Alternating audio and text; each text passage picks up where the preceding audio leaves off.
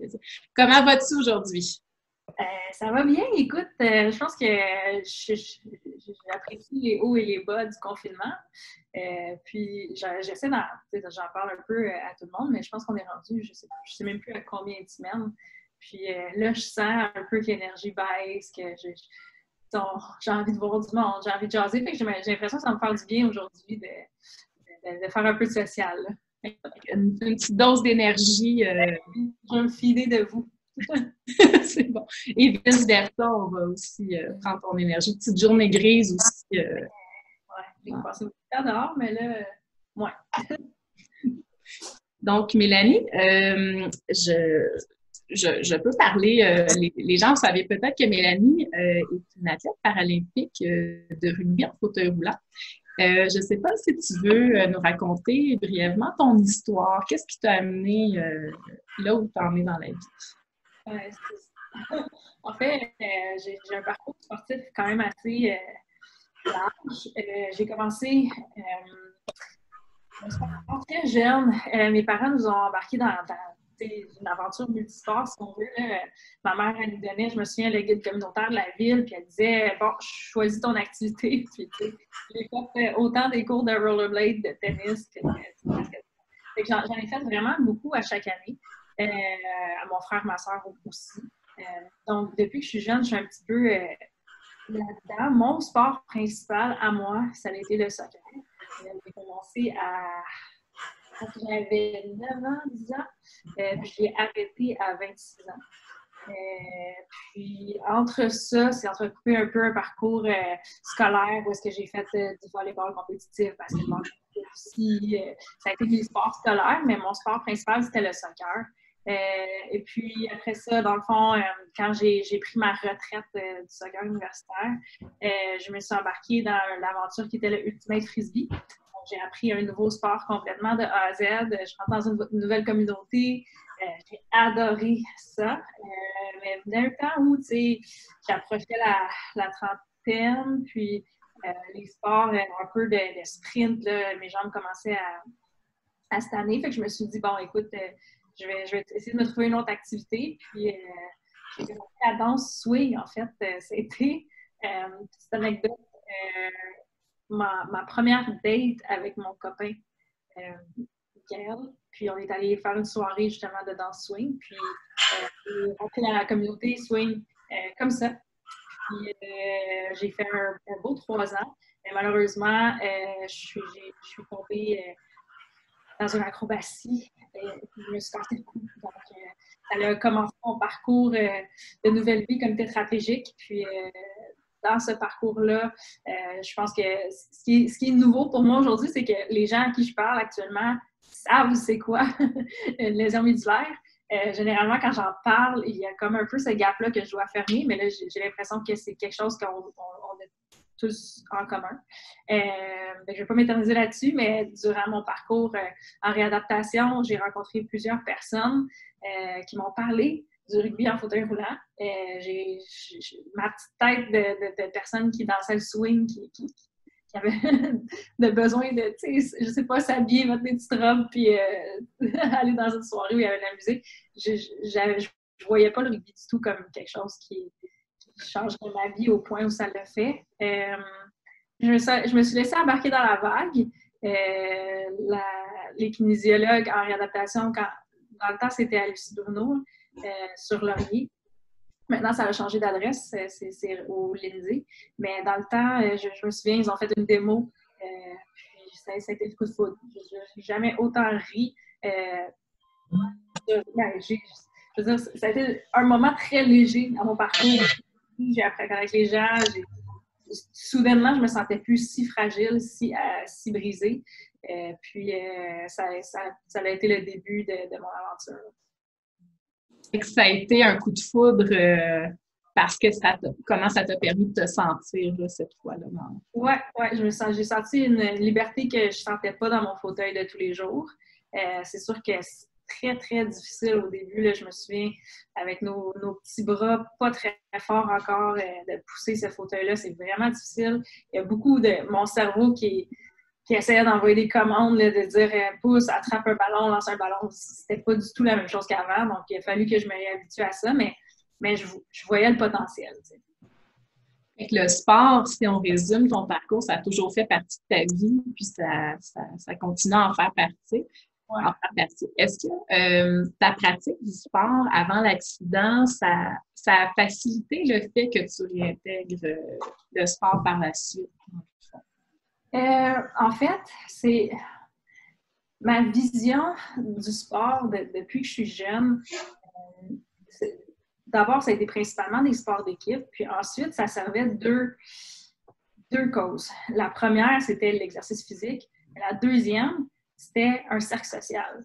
Donc, pour moi, aller faire du sport, c'était aussi rencontrer des nouvelles personnes auxquelles je n'aurais pas accès autrement. Donc, quand je viens de l'Outaouais, j'ai grandi à Gatineau, quand j'ai changé mettons, du primaire au secondaire, ayant joué au soccer, quand je suis arrivée au secondaire, même si on changeait d'école, je connaissais déjà des gens, j'avais déjà des amis, je ne sais pas si vous suivez.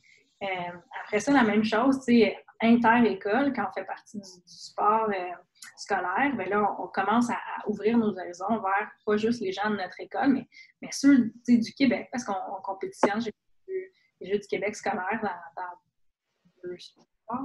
En tout cas, fait que dans le fond, on apprend à connaître du monde un peu partout sur notre chemin, puis de chaque personne, on prend ou on s'inspire, et chaque personne nous amène quelque chose de différent dans notre parcours. Fait que quand je suis déménagée de Gatineau à Montréal, j'ai eu un peu le même réflexe. Je me suis dit, bon, ça me prend quelque chose pour découvrir Montréal. Puis, quand je suis arrivée à l'université, j'ai envoyé un petit carton pour dire j'aimerais être considérée pour faire partie de soccer. Puis, écoute, je pense pas que j'avais nécessairement le calibre dans ce temps-là, mais ça a été pour moi un gros défi. Puis, ça m'a fait vivre Montréal puis l'université d'une façon, je pense, qui était sans prix. Là. Fait que quand je suis tombée, puis que soudainement, tu sais, j'étais dans ma petite chambre à l'Estourneau. Je me disais, mon Dieu, les gens qui m'inspirent, ma communauté swing, comme en ce moment, ces modèles-là ne peuvent pas être des modèles pour moi, même si je les adore. Ça me prend des nouveaux modèles. C'est qui mes héros en ce moment? C'est de qui je m'inspire.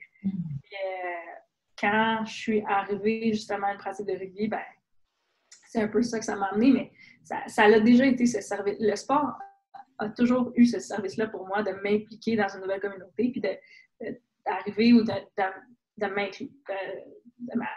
m'accueillir les bras ouverts par ça. Puis c'est ce que je suis allée chercher. Puis tu sais, peu importe, le rugby m'amène une communauté, mais j'ai découvert d'autres communautés sportives avec la Fondation des sports adaptés, où est-ce que je suis allée essayer le ski nautique, il y a eu l'escalade aussi, qui est une autre micro-communauté, il y a le vélo qui en est une, donc il y en a plusieurs. Pour moi, le rugby, c'était tellement facile parce qu'ils savaient exactement ce qu'était la tétraplégie. Donc, je n'avais pas cette explication-là de mon handicap à faire. Et non seulement ça, ils m'amenaient des connaissances que je n'avais pas non plus par rapport à ma réalité. Ouais. Donc, le sport, c'est plus que simplement le fait de bouger. Le plaisir, c'est aussi une appartenance pour toi. Puis c'est quelque chose de très important. Social, ouais. Donc, tu es passé, tu as essayé toute une gamme de sports différents dans ton processus de réadaptation. Est-ce qu'à part le rugby, bon, tu dis qu'ils ont quand même une connaissance de ce qu'est la tétraplégie, est-ce que tu as eu quand même la piqûre pour d'autres sports comme l'escalade ou le ski nautique? J'ai été très, très surprise de l'escalade. Je m'attendais à, tu sais, souvent, là, dans notre réalité, quand on arrive quelque part, on doit vraiment expliquer les risques associés à notre handicap. Qui on est, c'est quoi nos fonctions. Puis, selon notre corps, notre fonctionnalité, nos habitudes vont changer, nos forces changent. Fait que peu importe si la personne a déjà eu ou été en contact avec un tétraplégique, ça ne veut pas dire qu'ils vont avoir la même expérience avec nous. C'est tellement différent tout le temps.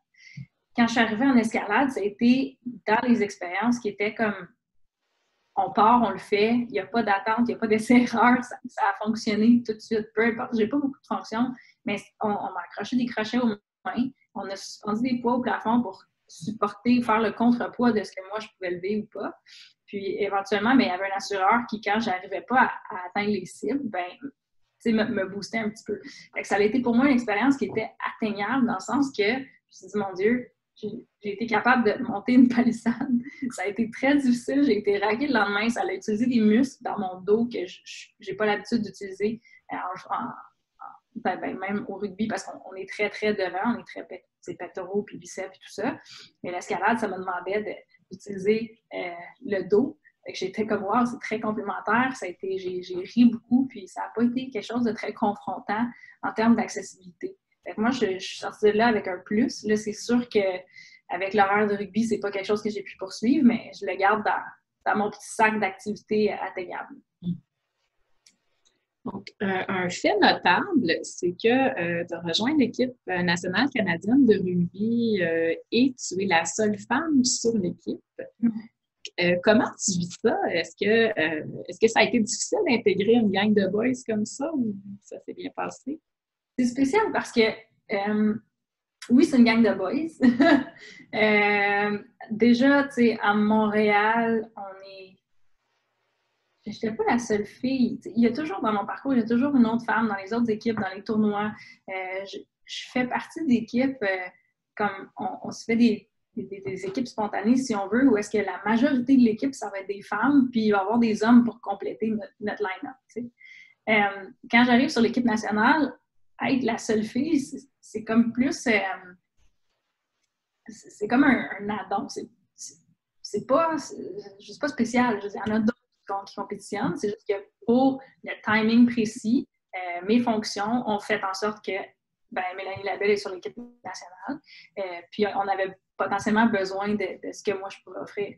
Mais sur tout ce qui est au niveau canadien, au niveau provincial, il y en a quand même plusieurs.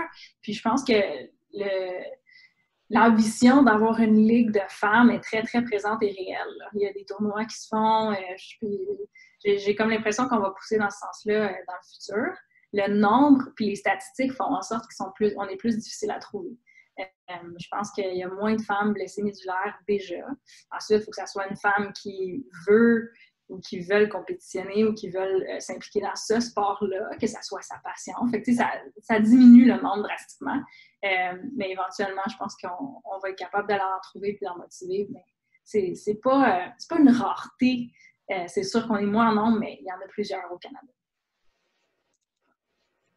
Donc, maintenant, est-ce que tu peux nous parler un peu plus du sport du rugby? En quoi ça consiste? Moi, j'imagine que c'est quelque chose de full contact. C'est quand même c'est très différent du swing, de la danse.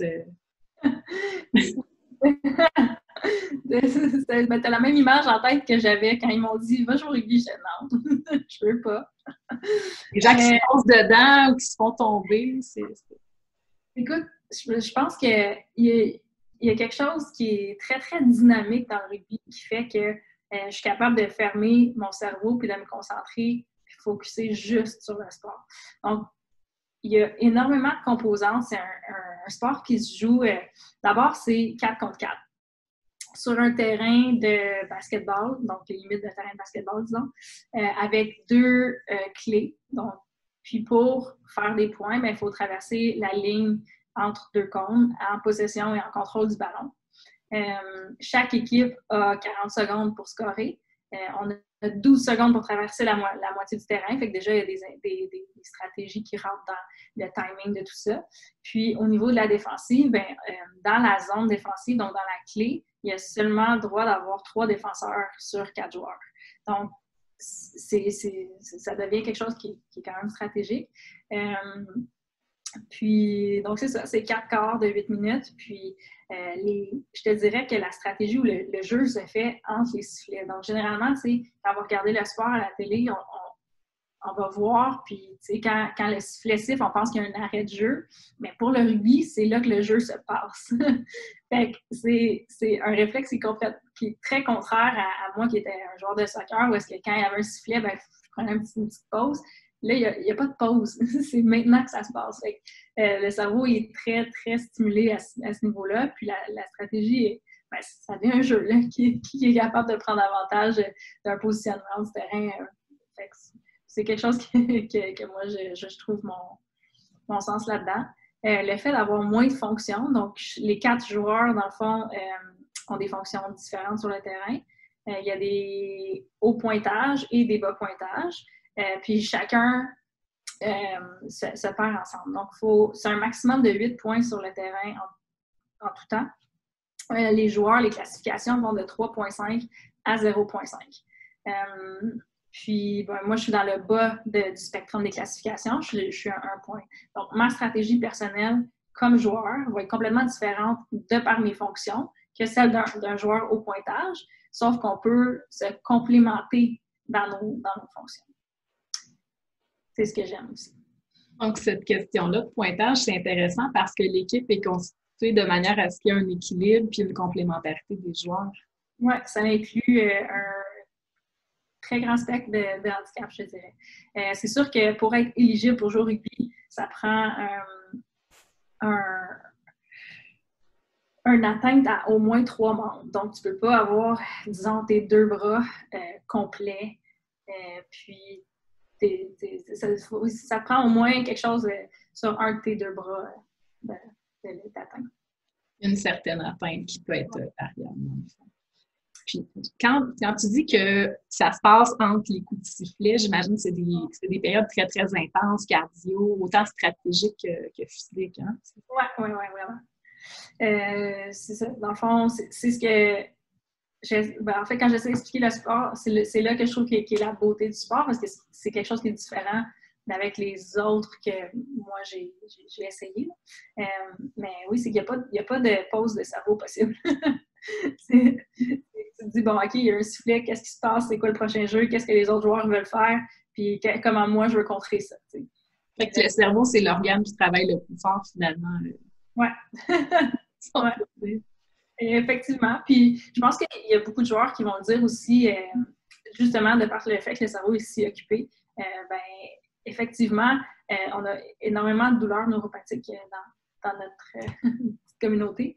Puis souvent, on se le dit, c'est dans ces moments-là, quand on joue, qu'on a le moins mal. Fait qu'on oublie le temps de notre tournoi ou de notre game qu'il y a de la douleur. Puis on joue. Puis le cerveau prend une pause de ça, dans le fond. Puis on est bien. C'est un autre sens aussi au sport. Un sentiment d'appartenance, de faire partie d'un groupe, d'une équipe, un antidouleur, un plaisir, un défoulement, la stratégie. Mise en forme. Ouais. J'imagine que tu as gagné beaucoup de capacités depuis ta première expérience avec le rugby quand tu étais en adaptation, puis aujourd'hui, ça doit être le jour et la nuit. Écoute, j'ai rien gagné en fonction. Donc, en termes de fonction musculaire, il n'y a pas plus, il n'y a pas moins. Mais en termes de connaître mon corps puis de l'utiliser à pleine capacité, ça, oui. Je me souviens, dans le fond, ça fait 1 an ou 1 an et demi que j'ai commencé avec l'équipe ou un peu dans l'aspect autour de l'équipe nationale. Ils m'ont invité à aller à l'INS pour faire des petites pratiques avec le coach de l'équipe nationale et quelques joueurs.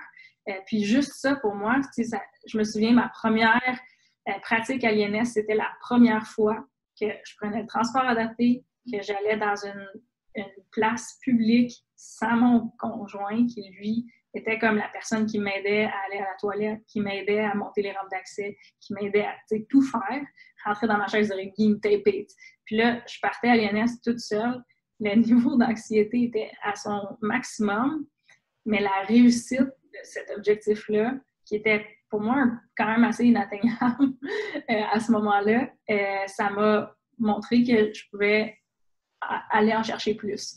Fait que dans le fond, une fois que j'ai fait ce premier pas-là dans aller me promener toute seule, ben, ça a été de me dire, ben, le coach qui m'a donné un peu des objectifs, ou qui m'a dit, je me souviens, il m'a dit, il va falloir qu'on revoie ta façon de te mettre des objectifs, parce que j'avais mes objectifs tous à la baisse par rapport à ma fonction.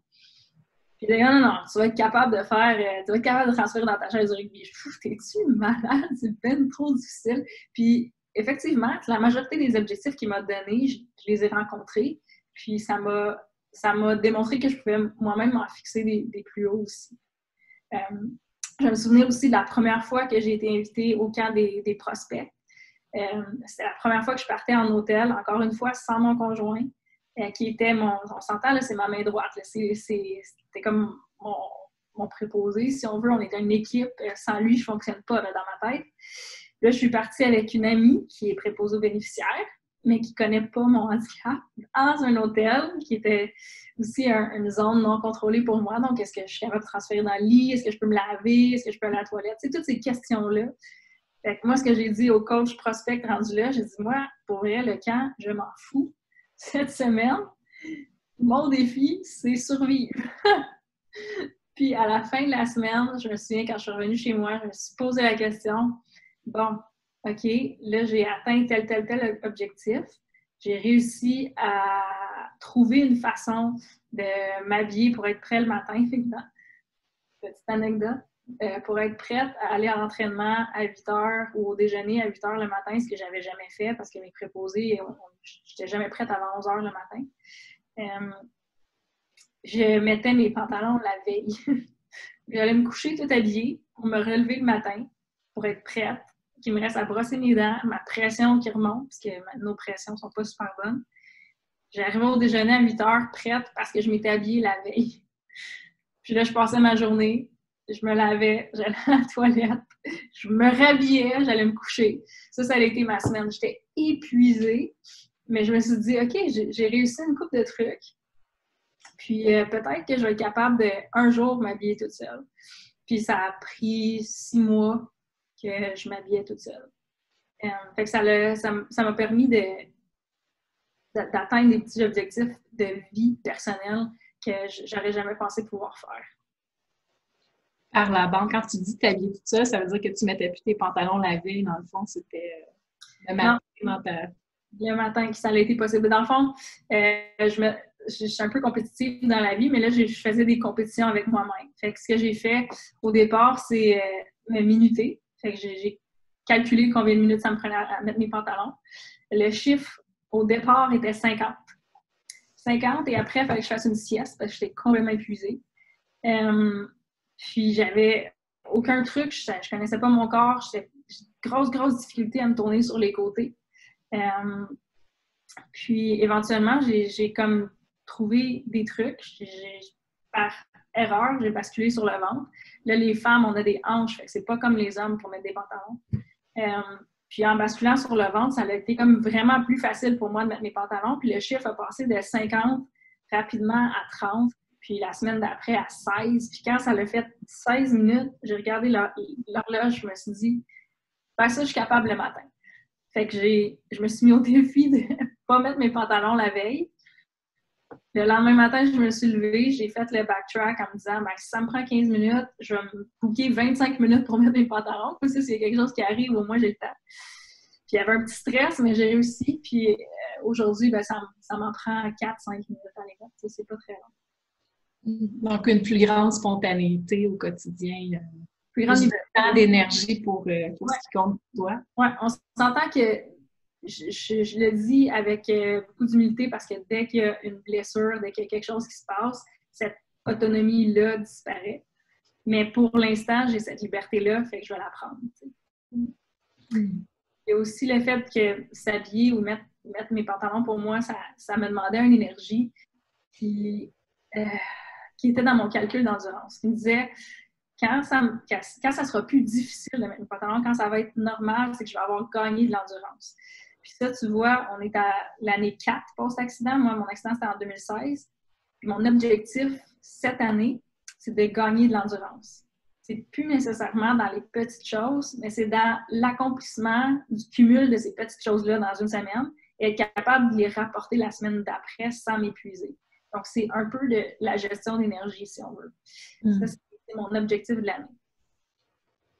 Mélanie, je viens de voir, j'ai accès à la conversation. Il y a des gens qui ont posé des questions par écrit. J'ai mon collègue Emmanuel qui me demande si c'est possible à vous, les spectateurs, d'écrire votre nom si ce n'est pas le cas, pour qu'on puisse vous nommer. J'ai Dépa40 qui pose la question, qui évalue les joueurs pour déterminer s'ils ont une cote de 1,5 ou 2, par exemple? Comment ça fonctionne, la question de l'évaluation? Dans le fond, c'est une équipe de classificateurs qui, eux, peuvent être physio, ergo, j'imagine qu'il y a des médecins là-dedans aussi qui connaissent un peu, certainement qu'ils ont travaillé en réadaptation. Au Canada, si on veut en faire partie pour jouer au Canada, pour avoir notre cote, il faut participer au championnat canadien. Donc, dans le fond, avoir accès à l'équipe provinciale qui est quand même les bras ouverts pour faire classifier les gens aussi. Puis, dans le fond, une fois qu'on fait partie ou qu'on a participé au championnat canadien, on a notre première classification canadienne pour jouer. Puis, c'est justement, on a rencontré un panel qui nous a évalués de A à Z dans nos fonctions, puis qui sont capables de nous mettre dans cet échelon-là. Après ça, éventuellement, pour jouer à l'international, ça prend une cote internationale qui, là, va être un panel qui va être mix de plusieurs pays. Donc, ça ne sera pas juste des juges canadiens, ça va être des juges de pays différents pour justement essayer d'avoir le moins de billets possible dans notre classification. Puis, est-ce que ça peut évoluer la cote pour une personne selon les juges ou selon la situation, ou c'est assez stable d'habitude? En fond, dans le processus d'une classification,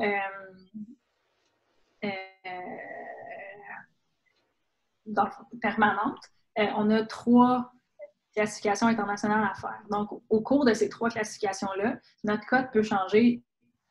C'est rare que ça va changer d'un point complet. Là. Ça peut osciller entre 0,5 vers le haut, 0,5 vers le bas. Mais à la fin du processus de ces 3 classifications-là, éventuellement, on tombe dans notre bon trou, dans le fond. C'est sûr qu'éventuellement, peut-être qu'il y a des erreurs qui se font, là, mais généralement, ils sont assez bons pour trouver la bonne cote. Merci. J'ai Gabrielle Sirène qui a écrit « What a warrior! » Ah! Mélanie, est-ce que tu as, pas loin de toi, à proximité, ton fauteuil de rugby? Parce que je me demandais, c'est quoi la différence entre un fauteuil manuel régulier, si on veut, puis un fauteuil de rugby? Comment ça fonctionne, la mécanique de cette chose? Il est dehors, malheureusement. Je suis désolée. Mais le fauteuil de rugby, c'est comme un petit, je dirais, une auto-tamponneuse. Mon fauteuil à moi, c'est un fauteuil défensif. Donc, il y a un petit panier en avant. Je ne sais pas si vous avez des photos, je peux peut-être en trouver une, là. Mais ouais. Les roues sont pleines sur les côtés, ce qui dans le fond, les roues nous servent un peu de bouclier ou de positionnement. C'est certain qu'un joueur, peu importe comment gros il va être, comparativement à moi, ne peut pas passer à travers mes roues. Donc, si je me positionne pour qu'il frappe ma roue, il va frapper ma roue. Puis, je dirais que le frame du fauteuil prend énormément du contact. Donc, ça fait beaucoup de bruit, mais le ressenti à l'intérieur n'est vraiment pas si spectaculaire que ce qu'on entend. Puis, dans le fond, c'est ça, les roues sont en angle, donc ça favorise aussi les changements de direction rapides. Puis, c'est quand même, je te dirais que c'est un bon tank. C'est quelque chose quand même difficile à apprendre à pousser. Là. C'est pas avec des cerceaux, hein? C'est comme, il y a une adhérence qui se fait, je pense qu'il y a comme un taping des mains. Oui, moi je me tape, dans le fond, on met du rubber sur mes mains. Donc je suis tapée, je mets des gants pour ouvrir parce que mes mains sont pas ouvertes. Pour manipuler le ballon, j'ai besoin d'ouvrir les doigts. Les doigts ou les gants ont de la grip. Puis après ça, je mets du attends, je les ai.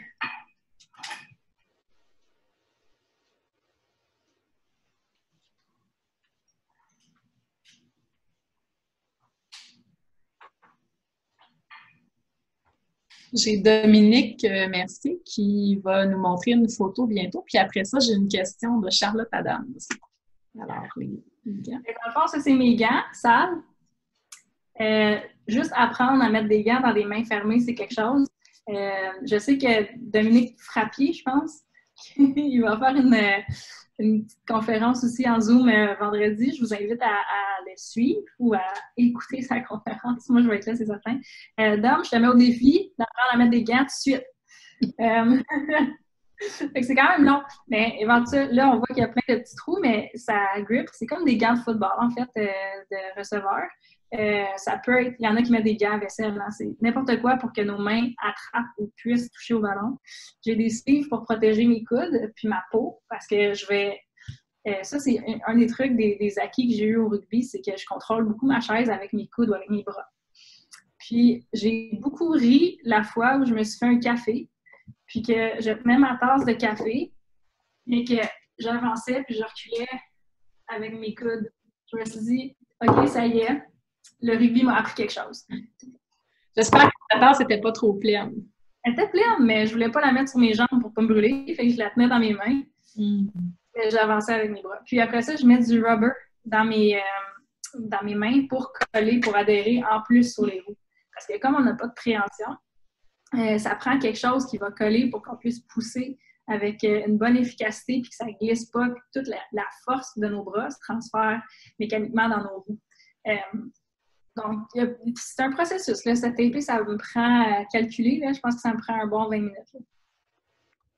Ah bon. Oh, j'ai Dominique qui va partager. Ouais. Ah, wow! Voilà. Le tank avec le panier, les roues pleines, ça c'était. On voit l'action, là, les cheveux dans le vent. Ouais, je ne vais pas si vite que ça. J'ai dû juste tourner ma tête rapidement. Je ne vais pas vite. Hein. Mais c'est ça. Fait que dans le fond, on voit les roues pleines. Moi, j'ai des cerceaux pleins en plus avec de la grip autour pour être encore plus collant. Puis après ça, ben, c'est justement le ballon, c'est un ballon de volleyball soft touch qui n'est pas très lourd, qui est souvent plein de colle parce que les joueurs en mettent de la colle dans nos mains en plus.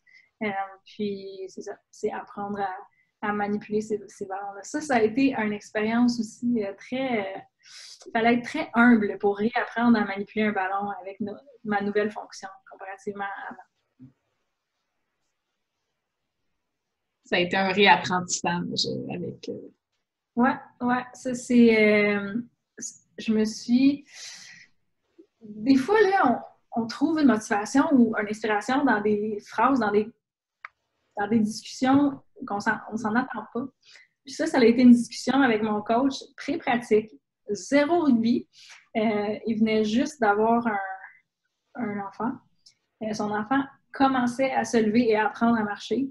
Puis il m'a dit comme ça, il a dit, c'est fou la détermination d'un enfant à combien de fois il va échouer sans s'en rendre compte, étant assez déterminé pour se dire, moi, je sais qu'un jour, ça va arriver, je m'en fous d'échouer. Puis il n'y a même pas la réalisation de l'échec, c'est juste, c'est sûr que ça va arriver, je vais continuer à essayer.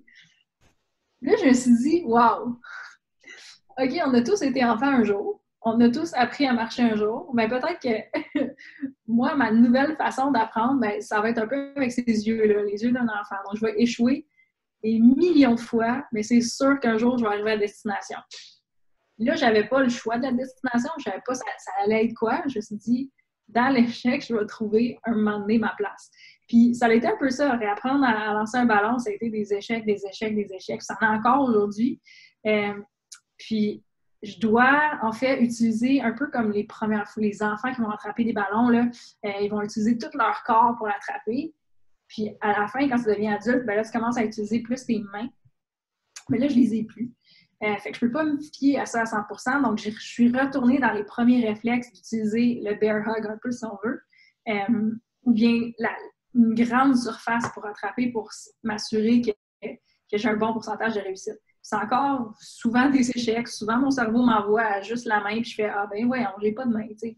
Qu'est-ce que je fais là? » Mais éventuellement, tu sais, c'est 30 ans de désapprentissage que je dois faire. Fait éventuellement, j'imagine que ça va venir, puis c'est avec la pratique, puis le nombre, puis les heures, puis les échecs, puis c'est ça. Fait que, mais juste cette vision-là de changer, de faire « Aïe, je suis plus capable » à « OK, ben on a tous été enfants un jour, on a tous réussi, à un moment donné, je vais être capable. » Tu sais, ça a été comme un changement de focus, puis ça m'a fait du bien. Complètement un changement de perspective, comme tu l'as si bien nommé, un désapprentissage, parce que c'est avec nos yeux d'adultes, des fois, on va aller vite, on va être efficace. Ouais. On a tout le temps à perdre, là, on est... C'est ça. Alors... Là, c'était plus les bras ouverts vers, je sais pas ça va m'amener où, mais je vais continuer d'essayer. Voilà. Ça fait un peu du pouce sur la question. On a Charlotte Adams qui dit: Tu es vraiment inspirante. Comment tu fais pour accepter ta nouvelle situation en fauteuil? Et de plus, que fais-tu dans la journée pour t'occuper ces temps-ci? Euh, je- le deuil, c'est un beau processus. En fait, je pense pas que le mot acceptation est très large. Si j'avais, en fait, c'est la tétraplégie, je pense que c'est quelque chose qu'on souhaite à personne, mais qu'il faut apprendre à vivre avec. Donc, j'avais deux choix. Le premier, c'était détester ça. Le deuxième, c'était écoute, je suis pas morte, je suis encore en vie, je suis en santé, mon corps est en santé, il n'est pas blessé. Qu'est-ce que je fais? Fait que là, dans le fond, un peu dans la même veine, ça a été de me dire, bon, ben, regarde, on tourne la page, puis on en écrit une nouvelle, puis on va essayer d'aller le plus loin là-dedans. Puis il y a des jours où j'ai de la difficulté, il y a des jours où je me dis, mon Dieu, c'était donc bien plus facile avant, mais ces jours-là, ils passent de plus en plus vite, puis sont de moins en moins fréquents. Il y a Dean Bergeron, à un moment donné, qui a fait une conférence avec Mémo Québec, où lui a avoué avoir eu sa phase Why me? Pourquoi moi? Puis je pense qu'on l'a toujours dans un deuil ou dans un truc post-traumatique, même dans plusieurs petits troubles de la vie. Pourquoi ça m'arrive? Pourquoi ça? T'sais, un peu même dans le COVID. Ah, pourquoi que, tu sais, why? Mais je pense que plus vite on passe à travers cette étape-là, plus vite on passe à travers cette frustration-là, mieux on est capable d'être heureux. Et c'est sûr que la phase est là, puis elle est réelle, puis il faut l'accepter. Puis moi, quand je la vis, ben souvent, je me mets à sourire, ben, je me dis, ben je suis différente de personne, tout le monde passe à travers ça, demain sera une autre journée. C'est pas mal ça que je fais. Mais fait que dans le fond, l'acceptation, ça a le dos large. C'est sûr que je préfère voir le positif. C'est un choix. Mais le négatif, il est là, puis on ne peut pas l'empêcher. C'est un choix. C'est un choix de me lever le matin et de dire qu'est-ce que je fais aujourd'hui, comment j'attaque ma journée, qu'est-ce que je fais pour réussir quelque chose aujourd'hui, puis qu'est-ce qui me motive. Fait que pour moi, ce que je fais, dans le fond, comment j'occupe mes journées, ça va être de me faire un petit agenda avec des objectifs court, moyen, long terme. Là, c'est sûr que dans le processus de COVID, l'aspect long terme n'existe pas. J'ai aucune certitude de ce qui va être mon prochain long terme. Fait que ça a été un refaçonnage de mes objectifs. Mais pour moi, ça a été important de le refaire et de me faire un cadre.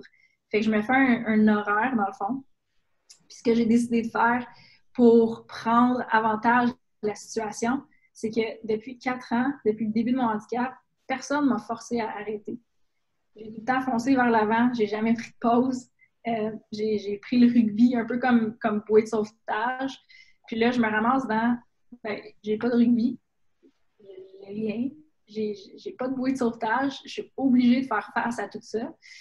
Puis, guess what? Il y a quelqu'un, mon conjoint travaille de la maison. Fait qu'en ce moment, si jamais je me plante, il y a quelque chose qui m'arrive, ben, il y a quelqu'un qui peut tout de suite venir m'aider. Fait que ce que j'ai décidé de faire, c'est apprendre à transférer. Fait que dans le fond, depuis, j'ai réussi à transférer, rentrer, sortir de mon vélo. Ça a été un très, très long processus, très difficile. Ma chaise d'aisance, je ne l'avais pas réussi encore. Là, ça s'en vient de plus en plus. Je demande moins d'aide pour ça. Il y a comme quelques petits transferts comme ça. J'ai décidé d'apprendre à cuisiner aussi. Puis là, un peu comme les pantalons, c'est le même processus. Combien de temps ça me prend pour faire des œufs? Puis est-ce que c'est réalisable dans une journée? Ben, c'est tout le temps un peu ça. C'est comme, pour l'instant, je suis dans ma semaine. Pour l'instant, c'est tout le temps comme, je suis fatiguée à la fin de la journée, j'ai épuisé, je me suis brûlée, je me suis forcée à prendre 2 semaines de vacances, j'étais épuisée. Puis là, c'est la réalisation de qu'est-ce qui est atteignable et pas dans une semaine pour moi. C'est un peu les tests que je fais et que j'ai jamais pu faire. Donc, la situation t'apporte un temps d'arrêt qui te permet de te concentrer sur différents objectifs. Ouais, ouais. Puis d'explorer de voir les nouvelles possibilités dans le fond. Oui, exactement. J'ai un message c'est écrit de Mélissa Dubois, mais c'est de Yuka. Vraiment inspirante. Bravo. me fait penser au discours de Georges Saint-Pierre qui pratique plein de petites choses. Et Wow! de Michel Barbier. Merci énormément pour ta présentation, Mélanie. Ton sens compétitif, ta détermination et surtout ton humilité sont très inspirants. Espérant te croiser un jour. Oh, espérant vous croiser aussi. J'aurais vraiment aimé ça. J'aime mieux, je pense, être en personne qu'être virtuelle. Là. Bon, avoir le eye contact avec les gens, puis le tac au tac aussi, répondre aux questions en live. Je pense que c'est plus... Avoir l'énergie directement des gens. Ouais, puis serrer la main. Je suis quelqu'un qui fait beaucoup de câlins dans la vie aussi. Ah. C'est ça qui te manque un peu en ce moment. C'est clair. Là, présentement, il est 11h45. Je ne l'ai pas annoncé au début d'emblée, mais si vous voulez, chers spectateurs, je vous laisserai la parole s'il y a des questions que vous aimeriez poser à Mélanie. Il y en a qui l'avaient déjà fait à partir du chat, mais vous pouvez aussi le faire. Il y a possibilité soit de lever la main, soit d'activer votre micro. Donc, est-ce que la parole est à vous? Est-ce que vous aviez des questions pour Mélanie?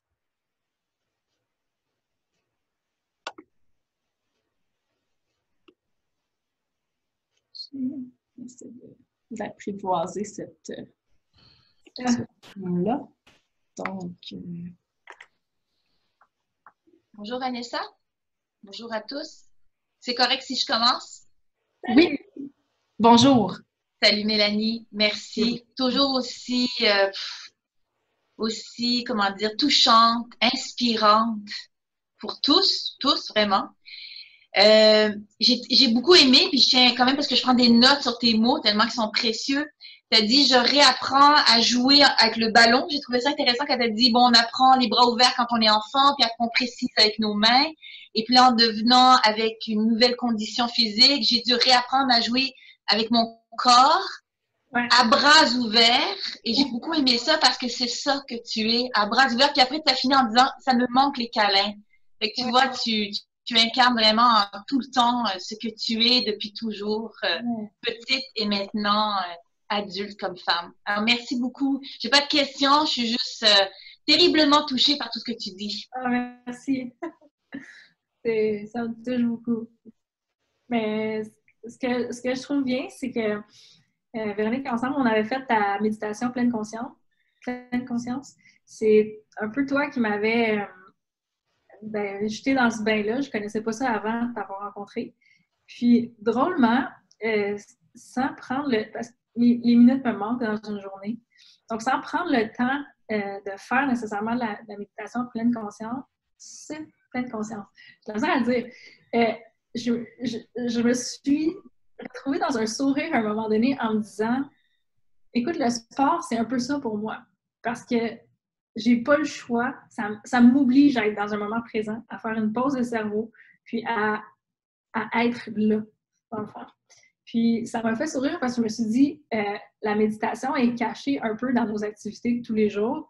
Puis c'est souvent une question de perspective. Puis j'avais un objectif d'en faire.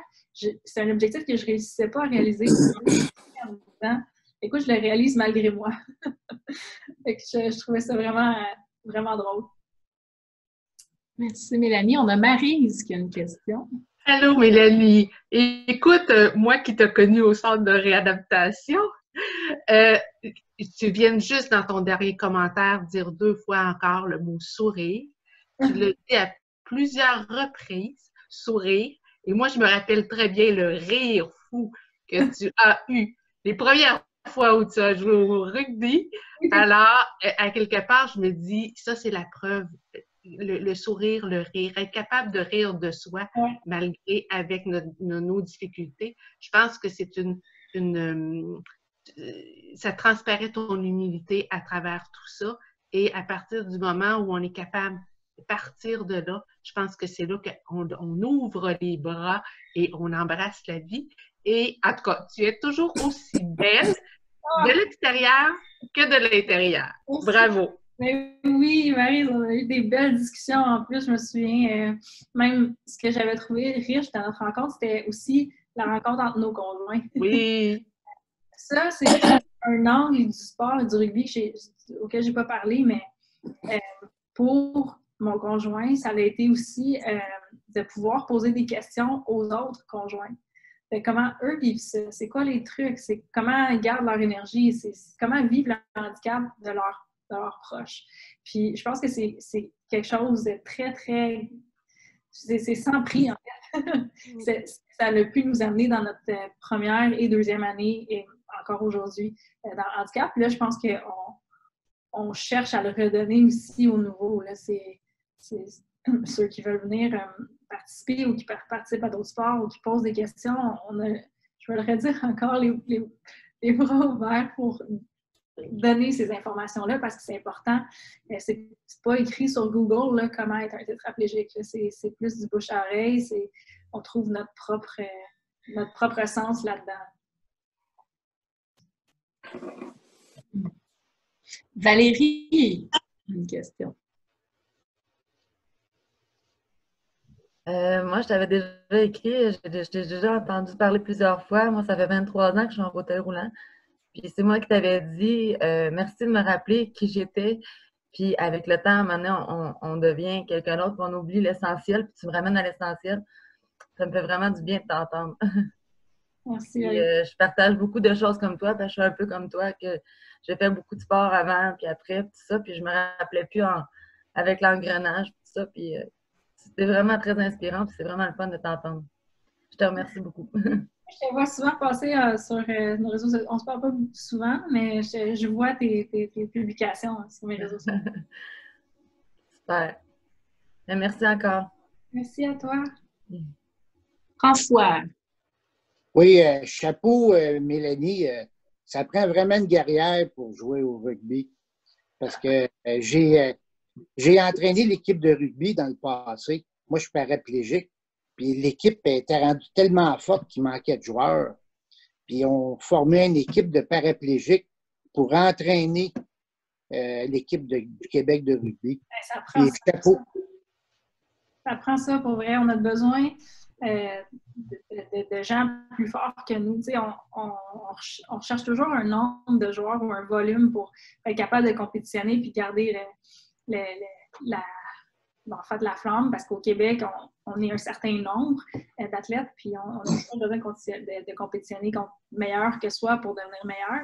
Mais c'est une discussion qu'on a quand même de trouver justement ou de laisser la place aux parents pour rentrer, pour compétitionner puis devenir bon. Parce que même, drôlement, les gens qui vont venir s'asseoir dans une chaise, qui ont toutes leurs fonctions, tous leurs muscles, les premières 3-4 fois quand ils s'assoient dans leur chaise, on va être meilleur qu'eux. On est meilleur à manipuler la chaise, on est meilleur à manipuler le ballon, dans la stratégie, dans l'espace. Fait que peu importe le niveau de fonction, je pense que c'est plus une question d'habitude de fauteuil ici. Donc, ça prend un certain temps pour devenir bon au rugby. Puis je pense que plus de gens qui viennent participer, peu importe la fonction, je pense que ça va pouvoir élever la troupe vers le haut. Oui, puis c'est un sport très violent pour ça. Oui, ben j'imagine pour les high pointers. Moi, je me mets dans le top et je les empêche de frapper mon gars, mais c'est pas. Félicitations. Merci. Est-ce qu'on avait d'autres questions pour Mélanie? Oui, Annie-Claude. Il faudrait juste activer le micro. Oui. Allô, Mélanie? Merci pour ta conférence. C'était vraiment génial de t'entendre. Tu sais comment je t'aime. C'est fait. Je voulais, parce que je pense que tu vas avoir inspiré beaucoup de monde à se réactiver avec ta conférence et tes paroles. Je ne sais pas si tu avais des conseils pour les gens que ça fait longtemps, qui ne se sont peut-être pas entraînés ou par où commencer. Qu'est-ce qu'on fait? Oui, OK. En fait, il faut... OK, on va partir de là. En COVID, comme en confinement, j'ai de moins en moins accès à mon fauteuil de rugby. J'étais contrainte à la température à l'extérieur. Donc, pour m'entraîner et pour rester en forme, j'ai dû trouver autre chose.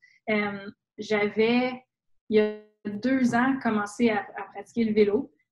Puis pour moi, le vélo était très, très difficile parce que comme j'ai pas nécessairement beaucoup de triceps, j'étais juste efficace dans à peu près 25 de ma rotation sur les guidons. Quand le confinement a recommencé, je me suis dit, ben écoute, je vais m'asseoir dans le vélo. Peu importe comment j'intègre un sport dans ma vie, comme j'ai un handicap, j'ai une fonction limitée, puis j'ai des muscles que je vais devoir utiliser pour le reste de ma journée, je le vois toujours comme apprendre à courir un marathon. Fait que pour moi, c'est le long terme qui est le plus important, c'est pas le court terme. Fait que quand j'ai commencé à faire mon vélo, c'était à coup de 5 minutes. Puis là, on s'entend, quand c'est juste 5 minutes dans le vélo, le transfert est plus grand dans l'activité. Puis là, tu te dis, ben là, je vais te transférer dans un vélo vraiment pour 5 minutes? Oui. Parce que après 5 minutes, mes bras avaient quand même assez forcé. Puis aujourd'hui, on est rendu à combien de mois post? Je pense que je ne sais plus ça fait combien de temps, mais j'ai fait mon premier 2 heures à vélo. Puis, je pense que j'ai juste réussi à le faire parce que j'ai pris mon temps pour le réussir.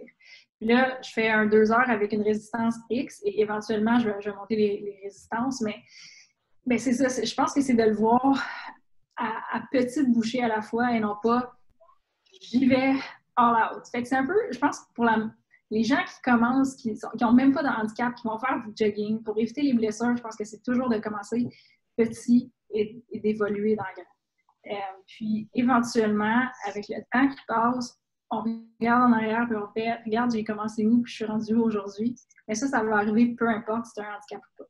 Fait que c'est ma façon à moi d'intégrer un sport ou l'activité physique, c'est toujours de le faire un petit peu et puis de l'intégrer dans un cadre ou dans un horaire. Dans le fond, le vélo, je suis dessus 4 fois semaine. Puis aujourd'hui, quand je le manque, je me sens pas bien, mais au début, c'était un effort de le faire. Fait que c'est juste de le mettre dans mon horaire puis de l'intégrer comme une habitude. Puis éventuellement, ben mon corps le demande. Fait que c'est un peu comme ça que je fais. Là. Mais le rugby, ça a été la même chose. Il y a des fois où je voulais pas y aller, j'étais tellement épuisée, mais je me forçais juste pour faire mon 2 à 3 fois semaine de rugby. Puis éventuellement, je revenais plus heureuse que j'étais partie parce que j'avais ri, parce que j'avais vu du monde dans ma journée, je n'étais pas isolée chez moi, puis j'avais fait un peu d'activité physique, fait que j'allais me coucher un peu plus fatiguée. C'était de me forcer à le faire tout le temps un petit peu, mais jamais énormément. Est-ce que ça répond? OK. Est-ce qu'on avait d'autres questions pour Mélanie?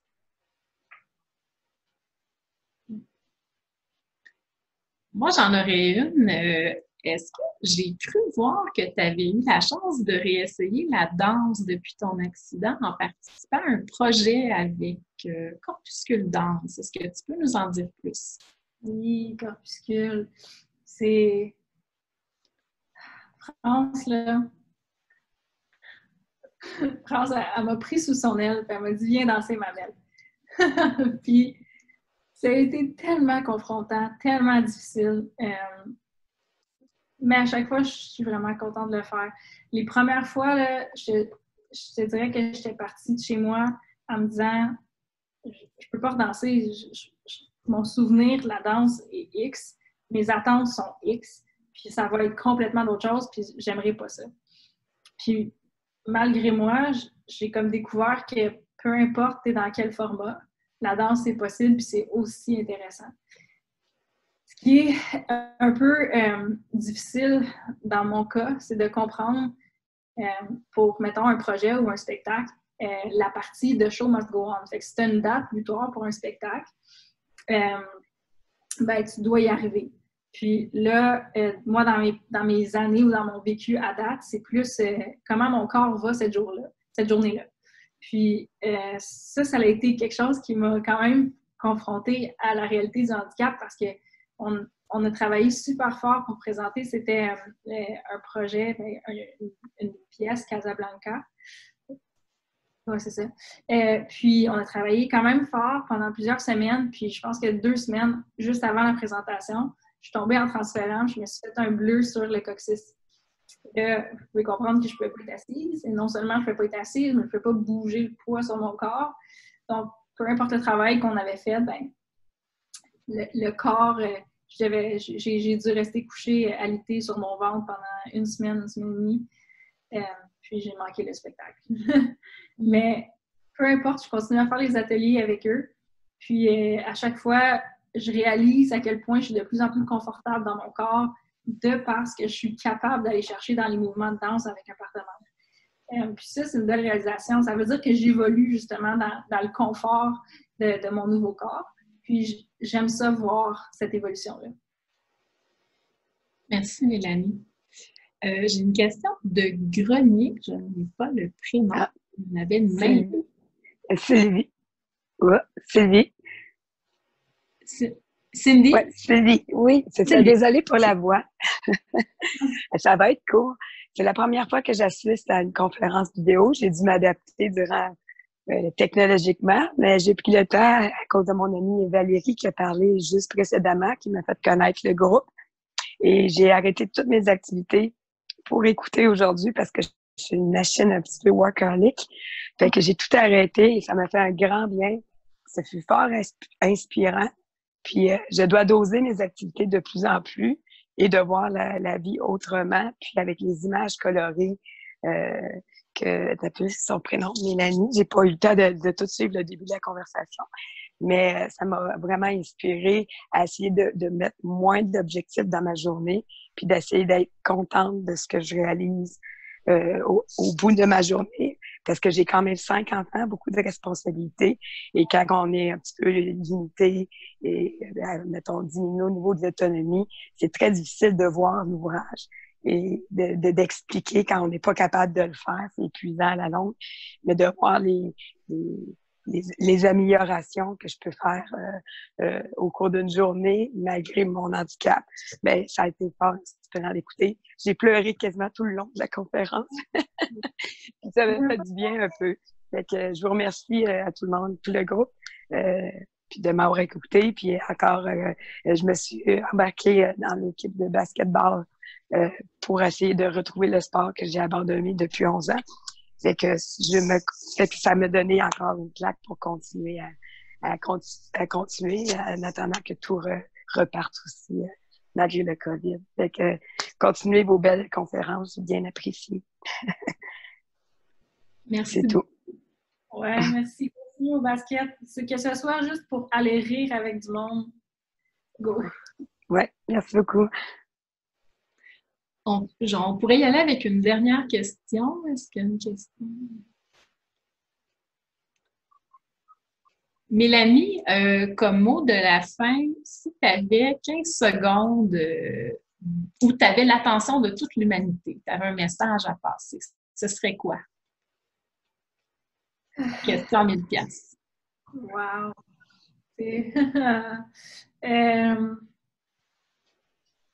pense que on est toujours plus fort qu'on pense.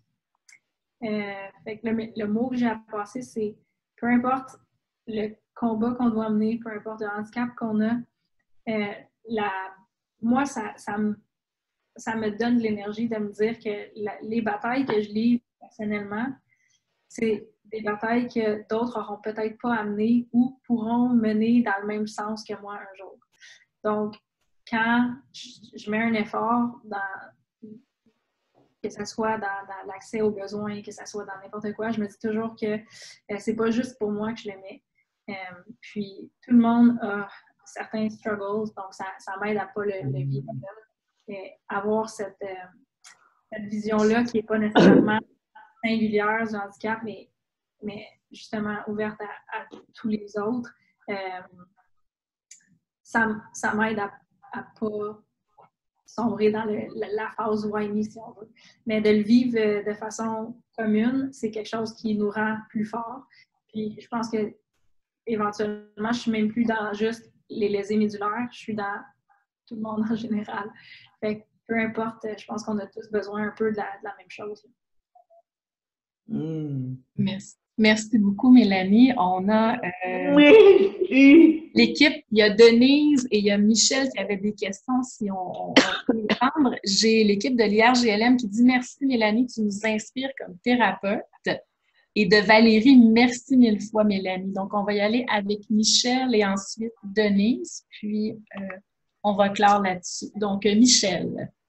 Oui, bonjour. J'aimerais savoir comment vous avez commencé à faire vos sports, où vous vous adressez où, à quelle place, avec qui? En fait, on a eu des bons agents de liaison dans nos centres. Dans le fond, justement, Annie-Claude Cathy qui est présente. Pour moi, ça a été très, très important dans le processus de réadaptation de me pitcher dans toutes les activités qui étaient disponibles. Dans le fond, à chaque fois qu'il y avait un essai présenté par un centre, que ce soit à Lucie Bruno, même à Gingras, qui allait en piscine aussi, ou au CMR qui nous ont pitché un petit peu dans toutes les activités, j'ai voulu dire oui à chaque fois. Il y a des choses que j'ai pas pu faire, genre j'ai pas pu essayer la voile parce que j'avais pas d'accompagnateur, mais j'ai essayé de faire le plus possible tout le temps. Fait que j'ai compris plusieurs organisations. Donc, il y a Mémo Québec qui en organise, il y a la Fondation des sports adaptés. Éventuellement, ça m'a fait comprendre aussi qu'il y avait Parasport Québec pour les sports plus de compétition. Donc, puis, j'ai aussi, avec le rugby, appris à connaître le CIVA, donc le Centre d'intégration à la vie active. Donc, c'est plusieurs organisations qui mènent un peu tous la même bataille donc dans l'activité physique, mais qui ont un parapluie qui couvre certaines zones. Donc, pour moi, mettons, pour le sport régional, le Club de Montréal, même certains autres, je pense que même ils commencent à faire des entraînements à la maison. Il y aurait le CIVA. Puis après ça, dans le fond, Mémo Québec qui présente justement ces conférences-là, qui font des brunchs, des ateliers de vélo. Donc, ça a été de m'inscrire à tous les pages dans les médias sociaux, les newsletters, les magazines. Puis éventuellement, j'ai commencé à avoir une petite mallette de ressources. Mais c'est sûr que c'est pas une place qui offre toutes les ressources. Pour moi, c'est comme un magasinage. Merci, Mélanie.